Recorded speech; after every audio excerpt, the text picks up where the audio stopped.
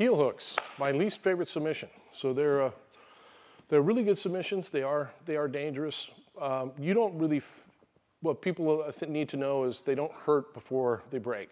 Okay, so usually with an arm lock or a shoulder lock, things like that, you're gonna feel a lot of pressure and you're gonna know to tap. Sometimes with heel hooks you don't, and then all of a sudden the tendons in your knees and things start going out. And you have to have ACL surgery. I've had ACL surgeries on both my knees, not because of leg locks, but just general jiu-jitsu wear and tear.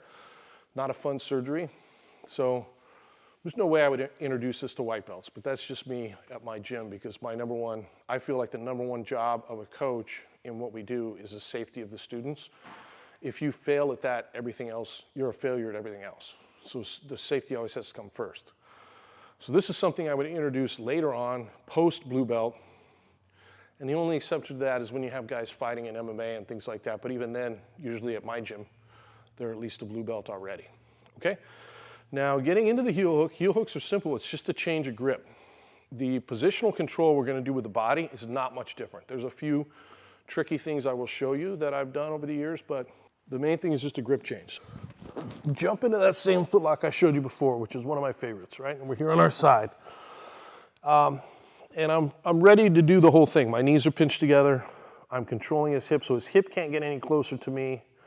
Everything's good. Now I'm just gonna change my grip. And as I open up my grip, I push down a little bit. So I do that external rotation. I'm dropping my elbow down, and that accents the heel a little bit. So I'm pushing down on his toes, which helps pop that heel up. And I'm gonna catch his heel, that's why it's called a heel hook, with just my wrist, like this, okay? And again, you have to be very careful here. If you're a moron and you come here and you do this really quick, you pop your partner's knees, you should quit jiu-jitsu, okay? Because this is something you wanna do slow and careful for your partner. So you catch it here. My personal favorite grip here is just a simple palm to palm, okay? With my thumb towards me. So I'm around, palm to palm, thumb towards me. And then very slowly, I twist the heel a little bit, so slowly. So I'm just lifting his heel towards the camera. Now, we're gonna experiment. I'm gonna go super slow, and to the point you tap. And let me ask right there, did that hurt? No, I can feel it in my knee there. No, but it's exactly right. Yeah. So it doesn't hurt, but he can feel it in his knee, so he's smart enough to know to tap.